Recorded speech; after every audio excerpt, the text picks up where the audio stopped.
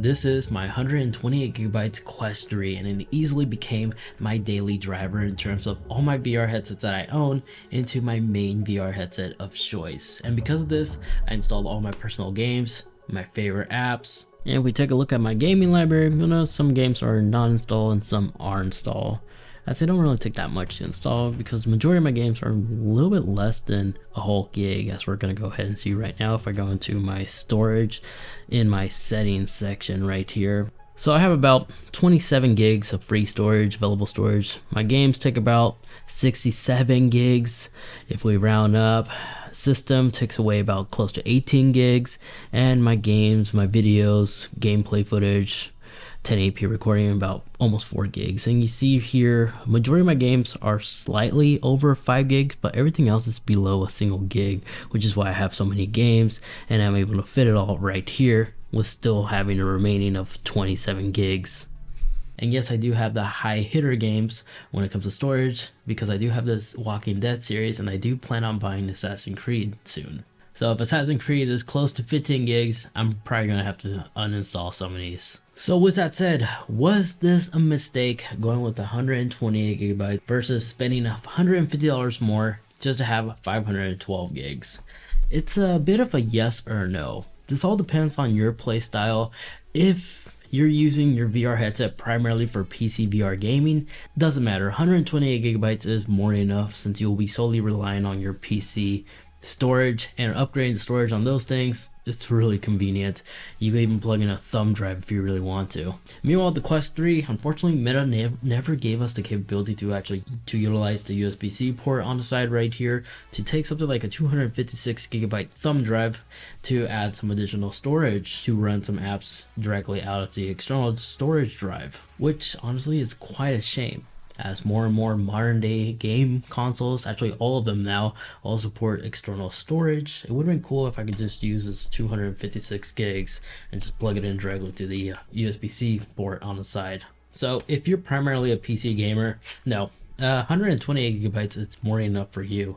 But for people like you and I, who primarily solely likes playing games with the internal hardware independently off the VR headset itself, there's a couple of requirements you may need. First of all, you need to have fast download speeds because in order for me to continue downloading 10 gigabyte plus games on my Quest headset, I'm going to have to delete some of my older games and then re-download them, and thanks to cloud meta storage, my game save easily transfer over as soon as I reinstall that game. So that's kind of nice. And although I do have, I want to say, a fair amount of storage availability for about 2 gigabytes of games, even while recording at full 1080p at the max bit rate, I'm not 100% disappointed with the 128 gigabytes. Because some of these smaller base gigabyte games, like I Expect You to Die, I spent over 10 hours playing them. So even though the storage amount may seem really small when you compare it against higher hitter AAA titles, they easily offer a lot of playtime. But for the Quest 3,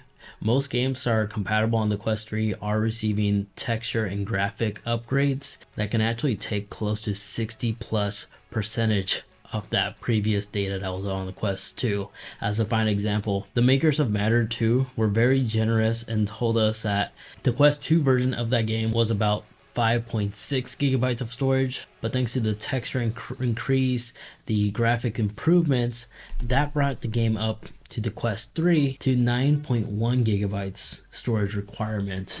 So something to keep in mind if you're coming from the Quest 2 to the Quest 3, some of your games that you played on the Quest 2 may receive a texture pack upgrade, which will take up additional space comparing it from the Quest 2 to the Quest 3. Which means better graphics, better performance, but more storage space that it may take up. So the entry level price for the Quest 3 is $499 for the 128 gigabytes. It's $150 more. That means it's $649 for the maximum 512 gigabytes. That's 384 gigabytes extra storage for just 150, and that alone I think is a better value if we're talking about gigabytes value. But realistically, it would have been better if Meta could release a 256 gigabyte model. That would have been a good meet in the middle, because my current storage, as you witness, yeah, for me to download more 10 gigabyte plus games, I'm gonna have to start deleting some of these games and having to re-download it. So long as you have a fast gigabit download speed,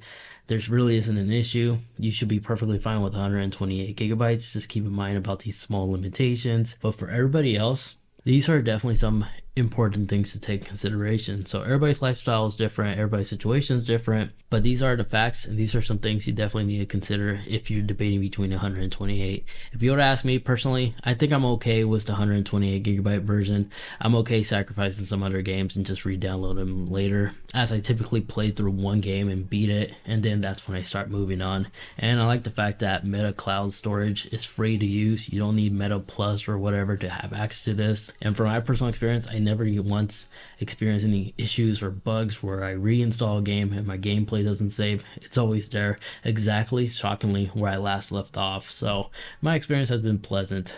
And again, if you're using the Quest 3 strictly for PC gaming, it doesn't matter on the storage capacity you select. If PC VR gaming is going to be your main thing, your computer rig can easily be upgraded for more storage. And of course, you can do the next best option and just directly backing up your VR headset onto your computer, so you don't have to rely on re-downloading everything via the cloud. So there you guys have it. Hopefully this video was informative and I was able to help you guys in deciding which choice you should go with.